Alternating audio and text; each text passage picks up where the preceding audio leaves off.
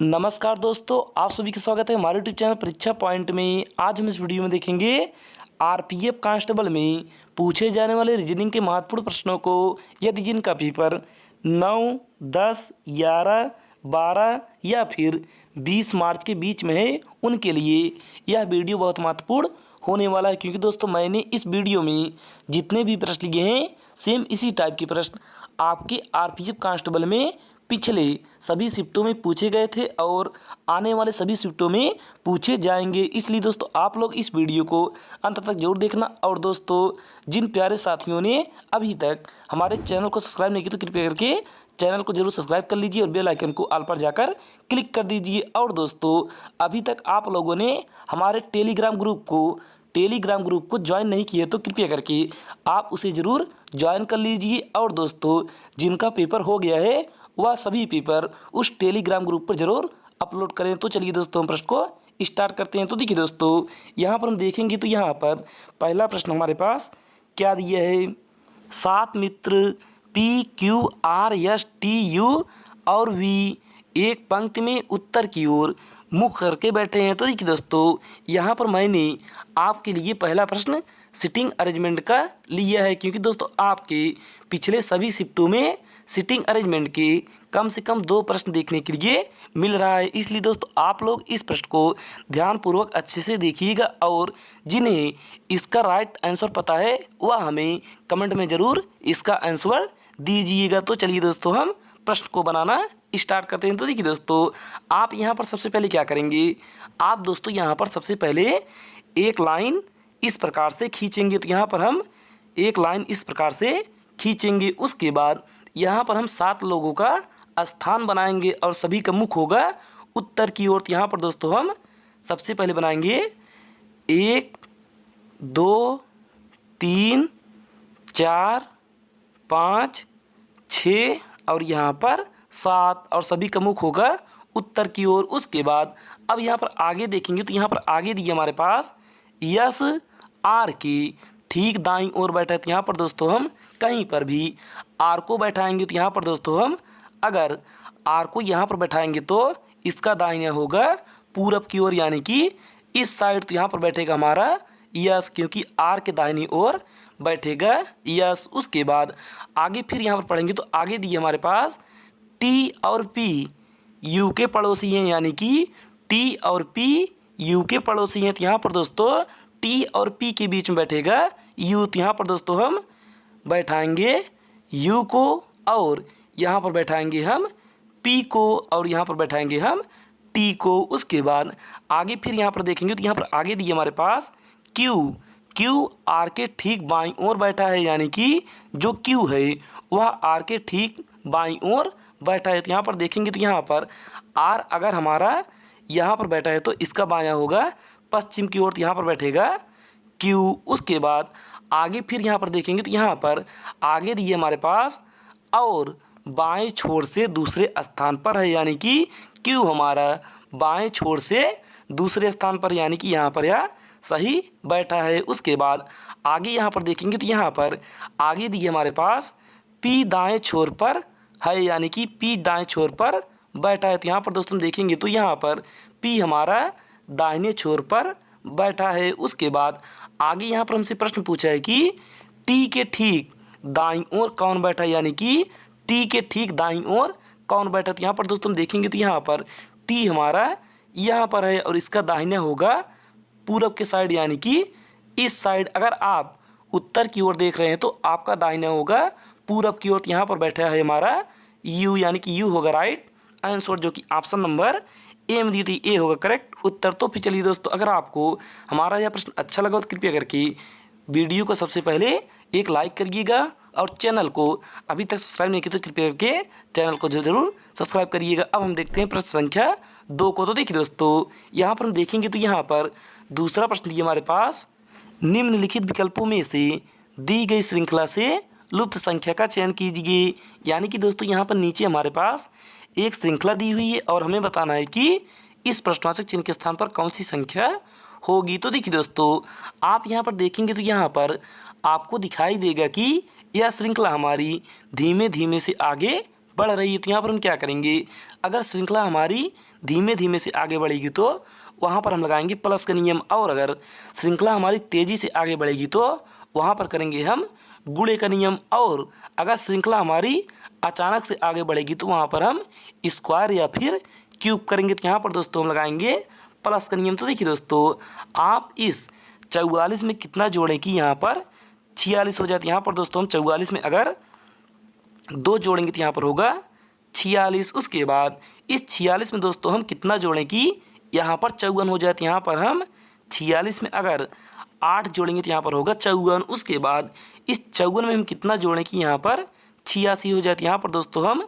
54 में अगर 32 जोड़ेंगे तो यहाँ पर होगा 86। उसके बाद इस 86 में हम कितना जोड़ें कि यहाँ पर 214 हो जाती है। यहाँ पर दोस्तों हम 86 में अगर 128 जोड़ेंगे तो यहाँ पर होगा 214। उसके बाद अब यहाँ पर दोस्तों हम इस 214 में कितना जोड़ें कि यहाँ पर वह संख्या हमें प्राप्त हो जाए। तो देखिए दोस्तों, आप यहाँ पर देखेंगे तो यहाँ पर आपको दिखाई देगा कि अगर आप इस 2 में 4 का गुणा करेंगे तो यहाँ पर आएगा 8। उसके बाद इस 8 में फिर हम 4 का गुणा करेंगे तो यहाँ पर होगा 32। उसके बाद इस 32 में फिर हम 4 का गुणा करेंगे तो 128। अब उसके बाद इस 128 में हम 4 का गुणा करेंगे कितना आएगा, इस 128 में अगर हम 4 का गुणा करेंगे तो यहाँ पर होगा दोस्तों हमारा 512। यानी कि इस 214 में अगर हम 512 जोड़ेंगे तो हमें वह संख्या प्राप्त हो जाएगी। तो यहाँ पर दोस्तों हम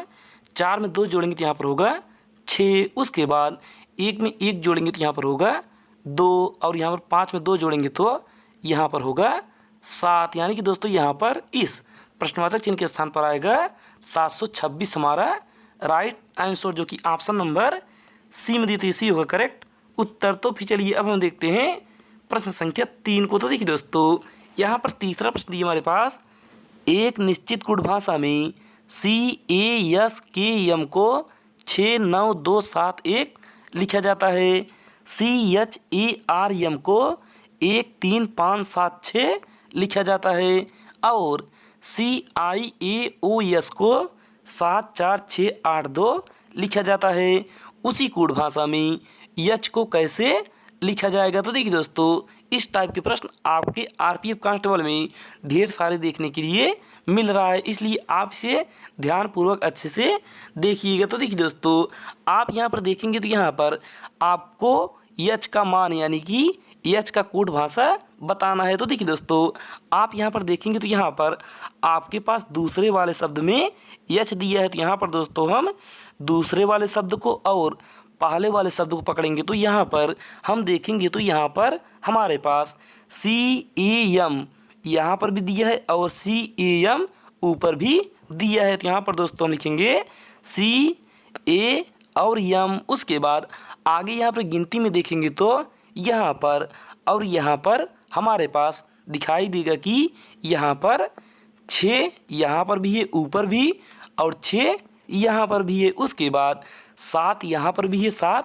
यहाँ पर भी, यानी कि यहाँ पर हो गया 7। उसके बाद 1 यहाँ पर भी है, 1 यहाँ पर भी है, तो यहाँ पर हो गया 1। यानी कि दोस्तों यहाँ पर C का मान कुछ भी हो सकता है, यानी कि 6 7 1 में कुछ भी हो सकता है। उसके बाद A का मान कुछ भी हो सकता है और M का मान भी कुछ भी हो सकता है, लेकिन हमें दोस्तों पता करना है H का मान। तो देखिए आप यहाँ पर देखेंगे तो यहाँ पर आपके पास सिर्फ बचा है H और R। तो यहाँ पर दोस्तों गिनती में बचा है 3 और यहाँ पर 5। तो यहाँ पर दोस्तों हम देखेंगे तो यहाँ पर ऑप्शन में आपके पास 5 नहीं दिया है। तो यहाँ पर दोस्तों H का मान होगा सिर्फ 3, क्योंकि दोस्तों आपके ऑप्शन में अगर 5 दिया होता तो आप हमें यानी कि आप इसे डिफाइन नहीं कर सकते कि यहाँ पर इसका राइट आंसर 5 होगा कि 3। लेकिन दोस्तों अगर आपके ऑप्शन में 3 दिया है तो 3 होगा राइट आंसर, यानी कि ऑप्शन सी हो गया करेक्ट उत्तर। तो फिर चलिए अब हम देखते हैं प्रश्न संख्या 4 को। तो देखिए दोस्तों, यहाँ पर चौथा प्रश्न दिया हमारे पास, दिए गए विकल्पों में से किन 2 संख्याओं को आपस में बदलने पर निम्नलिखित समीकरण सही होगा। यानी कि दोस्तों यहाँ पर नीचे हमारे पास एक समीकरण दिया है और हमें इन चारों ऑप्शन में से एक एक ऑप्शन यहाँ पर रखना है, और जो इस समीकरण को संतुष्ट करेगा वही ऑप्शन हमारा राइट होगा। तो देखिए दोस्तों, आप यहाँ पर सबसे पहले क्या करेंगे, आप यहाँ पर सबसे पहले इस पहले वाले ऑप्शन को रखेंगे। तो यहाँ पर दोस्तों हमारे पास पहला ऑप्शन दिया है 5 और 9, यानी कि 5 के स्थान पर 9 और 9 के स्थान पर 5। तो यहाँ पर दोस्तों लिखेंगे सबसे पहले 18, उसके बाद यहाँ पर गुणे 3 और भागे 9। अब यहाँ पर दोस्तों प्लस, यहाँ पर दोस्तों भागे 5 करेंगे, क्योंकि 5 के स्थान पर 9 और 9 के स्थान पर 5। उसके बाद प्लस यहाँ पर 9 और माइनस 6 और बराबर में 2। तो देखिए दोस्तों अब यहाँ पर हम इसे हल करेंगे तो यहाँ पर कितना आएगा। यहाँ पर दोस्तों हम लिखेंगे 18 गुणे 3/5। तो यहाँ पर दोस्तों देखेंगे तो यहाँ पर यह आएगा हमारा दशमलव में। तो यहाँ पर दोस्तों हमारा पहला ऑप्शन गलत हो गया। तो यहाँ पर दोस्तों हमारा पहला ऑप्शन गलत हो गया। अब हम यहाँ पर देखेंगे ऑप्शन नंबर बी को। तो देखिए दोस्तों यहाँ पर ऑप्शन बी दिया हमारे पास 2 और 3, यानी कि 2 के स्थान पर 3 और 3 के स्थान पर हम 2 रखेंगे। तो यहाँ पर दोस्तों हम सबसे पहले लिखेंगे 18, उसके बाद गुणे 3 के स्थान पर 2 और भागे यहाँ पर 9 और प्लस में 5 और माइनस 6 बराबर 2 के स्थान पर 3। अब उसके बाद दोस्तों इसे हल करेंगे तो यहाँ पर कितना आएगा।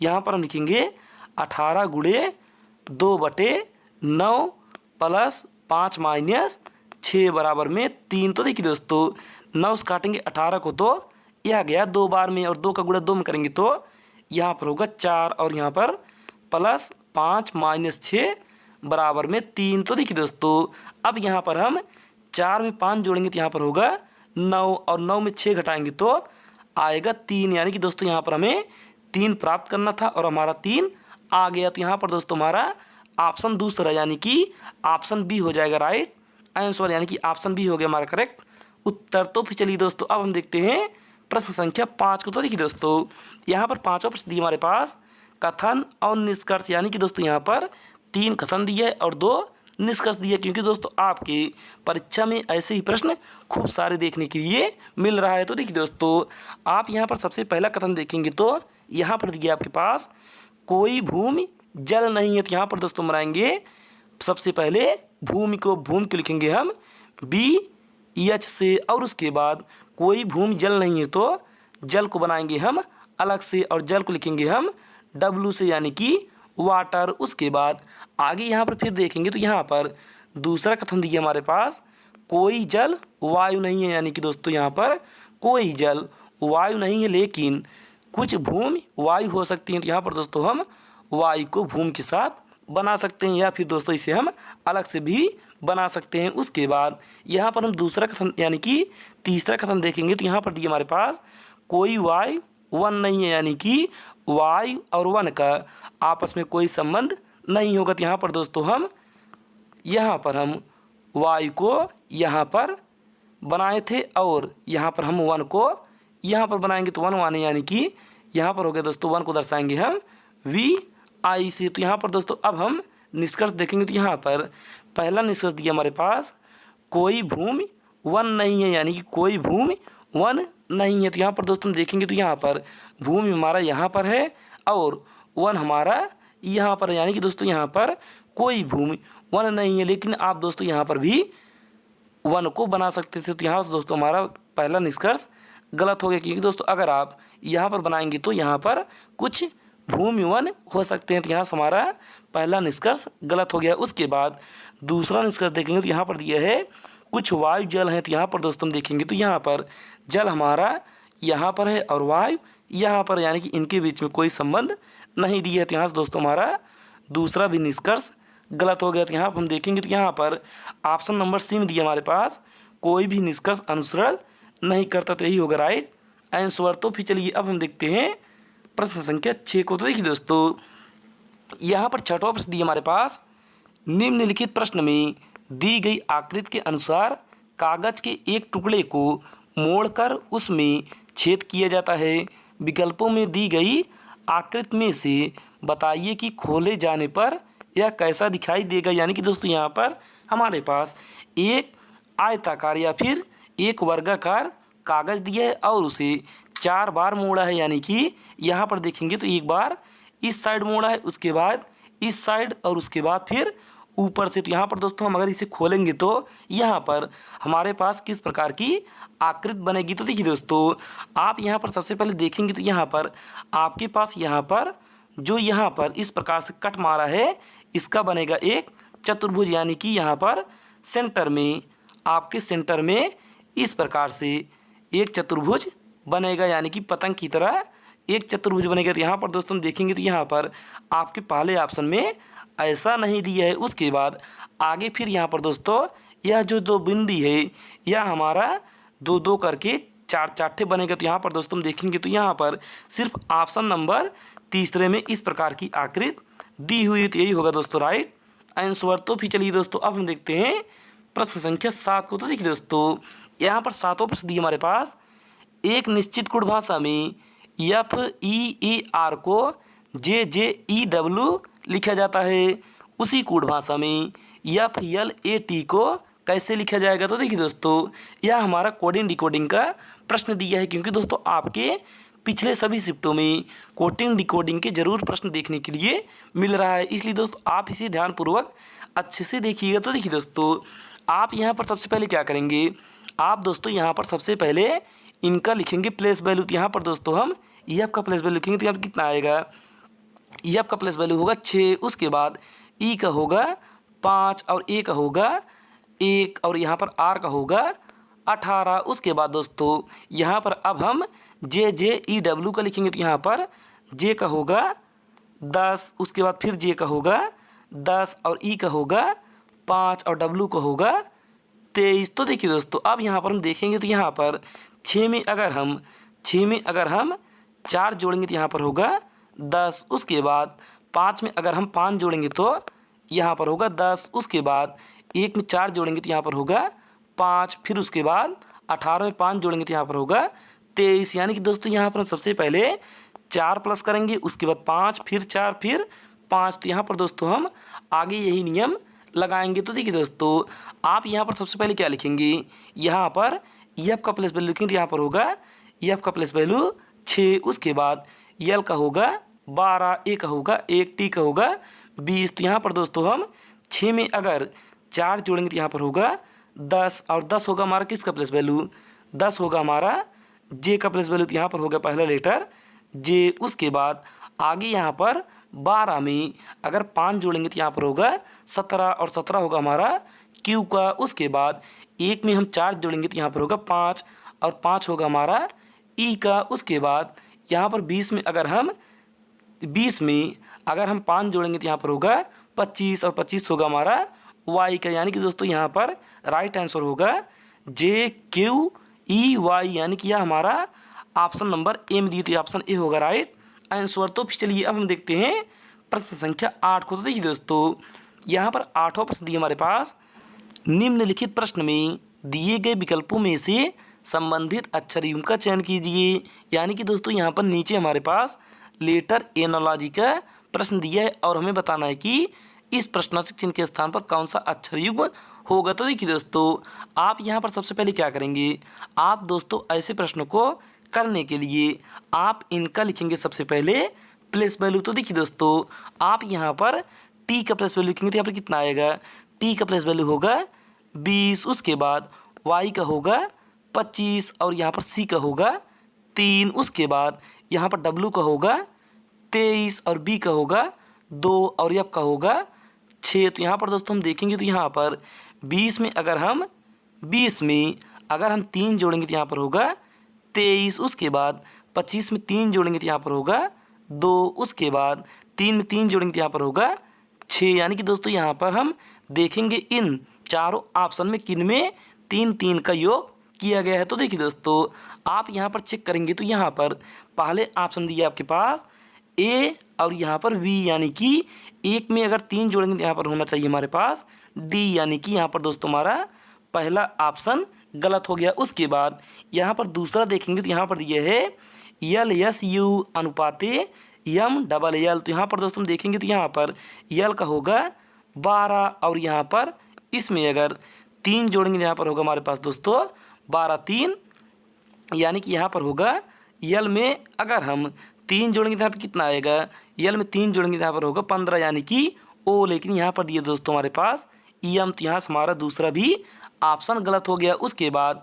यहाँ पर हम देखेंगे ऑप्शन नंबर तीसरे को। तो देखिए दोस्तों यहाँ पर ऑप्शन तीसरा दिया हमारे पास CDF और यहाँ पर FGI। तो यहाँ पर दोस्तों अगर हम C का लिखेंगे तो यहाँ पर होगा 3 और 3 में अगर हम 3 जोड़ेंगे तो यहाँ पर होगा 6 और 6 होगा हमारा F का प्लेस वैल्यू। तो यहाँ पर दोस्तों हमारा पहला लेटर F दिया है। उसके बाद यहाँ पर दोस्तों D होगा हमारा 4 और 4 में 3 जोड़ेंगे तो यहाँ पर होगा 7 और 7 होगा हमारा G का। तो यहाँ पर दोस्तों दूसरा लेटर G दिया है। उसके बाद यहाँ पर F होगा हमारा 6 का और 6 में 3 जोड़ेंगे तो यहाँ पर होगा 9 और 9 होगा हमारा I, यानी कि FGI यहाँ पर हमारे पास आगे दिया है। तो यही दोस्तों हमारा ऑप्शन तीसरा होगा राइट आंसर। तो फिर चलिए अब हम देखते हैं प्रश्न संख्या 9 को। तो देखिए दोस्तों यहाँ पर 9वां प्रश्न दिया हमारे पास 1573 भागे 13, उसके बाद मझला ब्रैकेट, उसके बाद छोटा ब्रैकेट के अंदर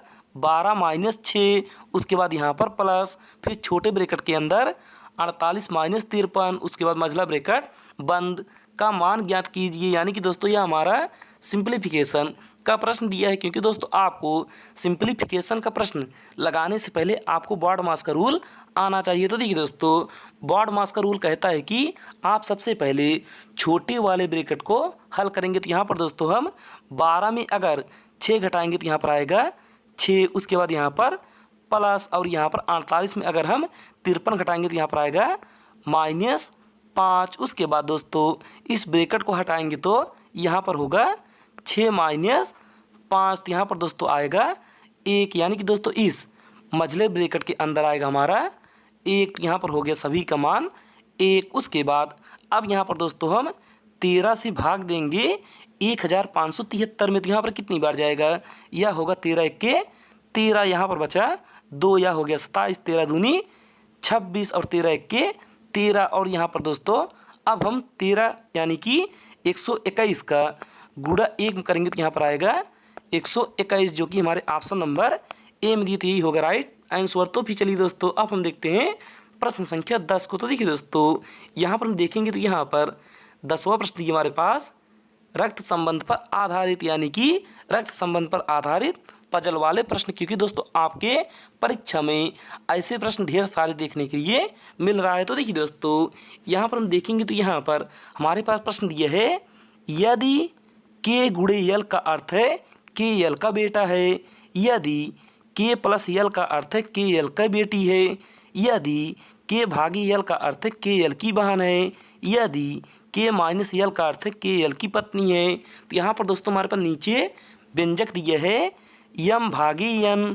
गुणे ओ माइनस पी का यम से क्या संबंध है, यानी कि दोस्तों यहाँ पर टाइपिंग मिस्टेक हो गया, यहाँ पर होना चाहिए पी का यम से क्या संबंध है। तो देखिए दोस्तों आप यहाँ पर देखेंगे तो यहाँ पर आपके पास दिया है यम भागी यन। तो यहाँ पर दोस्तों ऊपर देखेंगे तो यहाँ पर भाग का अर्थ है के यल की बहन है, तो यहाँ पर यम यन की बहन है। तो यहाँ पर दोस्तों अगर यम बहन है तो यह होगी वृत्त में, क्योंकि दोस्तों अगर महिला रहेगी तो वह होगी वृत्त में और पुरुष रहेगा तो वह होगा चतुर्भुज में। उसके बाद आगे यहाँ पर दिया गुणा, तो यहाँ पर दोस्तों ऊपर देखेंगे तो यहाँ पर गुणे का अर्थ है के यल का बेटा है, तो यहाँ पर यन ओ का बेटा है। तो यहाँ पर दोस्तों ओ होगा ऊपर और यन बेटा है तो यह होगा चतुर्भुज में। उसके बाद आगे यहाँ पर दिया माइनस, तो यहाँ पर ऊपर देखेंगे तो यहाँ पर के माइनस यल का अर्थ है के यल की पत्नी है, तो यहाँ पर ओ पी की पत्नी है। तो यहाँ पर दोस्तों पी होगा चतुर्भुज में और ओ होगी वृत्त में, क्योंकि दोस्तों अगर पति पत्नी रहेंगे तो इनके बीच में होगा डबल लाइन। उसके बाद अब यहाँ पर हमसे प्रश्न पूछा है कि पी का यम से क्या संबंध है, यानी कि पी क्या लगेगा यम का। तो यहाँ पर दोस्तों हम देखेंगे तो यहाँ पर अगर यन की बहन यम है तो यन की माँ ओ है, तो यहाँ पर यम की भी माँ ओ होंगी, और ओ का पति अगर पी है तो यम के पिता होंगे, यानी कि पी लगेगा यम का पिता, यानी कि ऑप्शन नंबर सी होगा हमारा राइट आंसर। तो फिर चलिए दोस्तों अगर आपको हमारा यह सभी प्रश्न अच्छा लगा तो कृपया करके आप सबसे पहले इस वीडियो को जाने से पहले आप एक लाइक कर दीजिएगा, और चैनल को अभी तक सब्सक्राइब नहीं की तो कृपया करके चैनल को सब्सक्राइब करिएगा, और इस वीडियो को जरूर अपने दोस्तों के पास शेयर करिएगा। आज के लिए बस नहीं, धन्यवाद। अब हम मिलते हैं अगले वीडियो में कुछ महत्वपूर्ण प्रश्नों के साथ।